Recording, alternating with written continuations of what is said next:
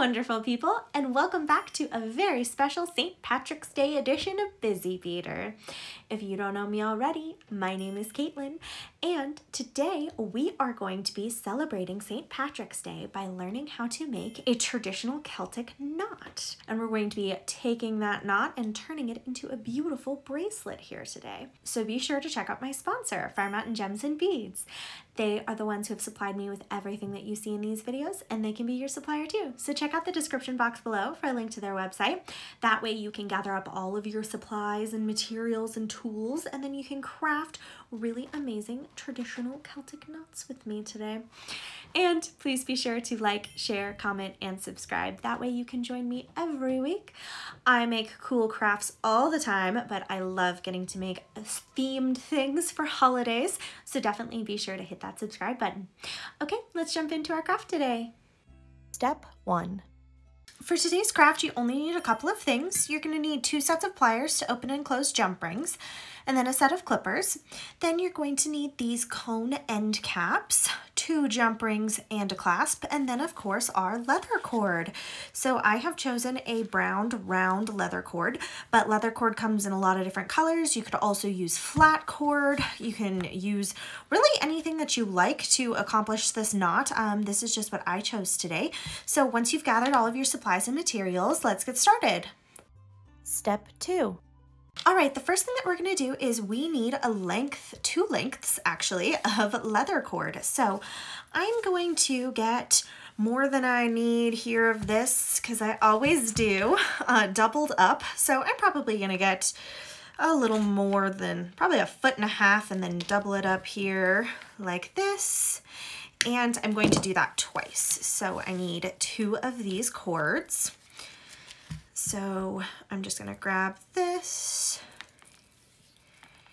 here and make sure that they're the same length, although you can fix it in the end. Always better to have too much than too little. And once you have your lengths of cord, we are going to make our knot. Step 3. That's what it's gonna look like when we're done. You're gonna start with 2 cords that are looped in half like this. So you're gonna have 2 loops on one end and 2 ends that are cut. Technically 4 ends that are cut, but of the same string here. So it also helps a little bit if you do different colors. I just like the look of the continuation of the singular color, but if 2 colors helps you, absolutely feel free to do that. But once again, we're gonna start by making a T. So you're gonna start with loops like this, and this loop here, that is the top of our T, goes over the top of our sideways part. So it's on the top here, okay? Now, this cord here, we're gonna take it and it's gonna loop underneath itself and sit right here beside the other loop. So this is 1 string here, and this is 1 string here, all the way across. And both, and that's what the center of that looks like for me to move my thumb for you guys. Now we're going to be taking this one, and I'm just gonna slide it further out since we need more room, and it's gonna go over it's gonna go underneath these 2 strings here, so underneath, and then it's gonna come into this part of the loop. And so I'm just gonna kind of squish everything over so that I can hold it. So once again, that's what the center is looking like at this point. I'm gonna move it over a little bit so I can hold it all secure with my thumb.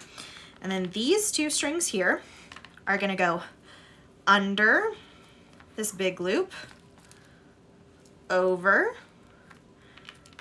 itself, because this is the same string, and then under this direction. Now, you're going to grab both of your loops, see here, and both of your end strings here, and you're gonna gently start to pull. Now, before you pull tight is a good time to check and make sure that none of your strings are twisted. So see, this string here is a little twisty, so I'm just gonna flip that there. and it looks like everything else stayed pretty flat, so I'm just gonna apply gentle, even pressure on all of these to bring my knot together, taking it slow so that I work it all appropriately. Very good. So there is that knot process. Step 4, need to finish. So in order to finish, these need to not be loops. So you're gonna grab your clippers and go here and clip, and the other side as well, and clip. There we go. Now we've got ends. Now we need to clip our ends so that they're all even. So this would be a good point to measure on your wrist or on a ruler or on whoever you're making this for's wrist, just to kind of get a good size. See? And it looks like this is about what I'd need here. So I am going to clip all the way across. And then what I'm going to do is bring these around and down. You could also measure with a ruler if that suits you better to be exact, but I like a certain level of just, you know, going with the flow with it. Doesn't have to be exact or perfect, but whatever makes you comfortable. Clip those, and it is at this point that you're gonna want to make your ends perfectly even. So this one's a little shorter, so I'm just gonna clip everybody again here so that they're all even. All right, so we're gonna take some of our E6000 here, and we need a little bit of it. You can always grab a little spare piece of metal as well. We do that a lot here at Busy Beader, but for this, I'm just gonna dab, dab, dab there at the end. You don't need a ton, but you just need enough to kind of cover all of those ends. So I'm gonna bring all of them back together again and start to work them into our end cap here. Now that they are all in there, these end caps have little tongs, teeth almost, to help secure it. So I'm going to grab my pliers and I'm gonna push those little tongs in. Now I need to do that one more time for the other end. All right, and now it is at this point that you are gonna wanna leave it alone. You're going to want to let that glue dry in there because you don't wanna accidentally pull the leather out as we finish. So now's a good time to make something else, go watch your favorite TV show, give that glue a chance to dry. Once it does, circle back and I'll show you how to finish. Step 5. All right, and now to finish, we just need to add our clasp. So you are going to take one of your little jump rings here, and we are going to open it up. And we're going to add our clasp onto one end, and then our loop onto the other, and then go ahead and close.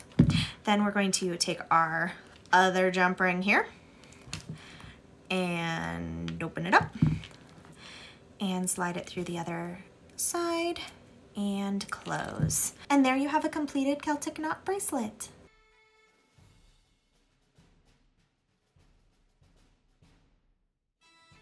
And there you go, just like that. Not as intimidating as it looks, hopefully. If not, you can always hit rewind, pause, do whatever you need to do. Once you kind of get the knots sorted, it's pretty easy to figure out, but you just got to figure out like which string belongs in which place. And once you get that sorted, it's not too bad. I thought that with all my Irish heritage, it would be really fun to show you guys something traditional in honor of St. Patrick's Day today.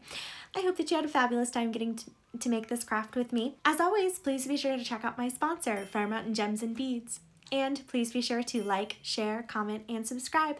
That way you can join me all the time. I hope you had a great time getting to make this with me today and that you have a safe and fun St. Patrick's Day. I will see you in the next one.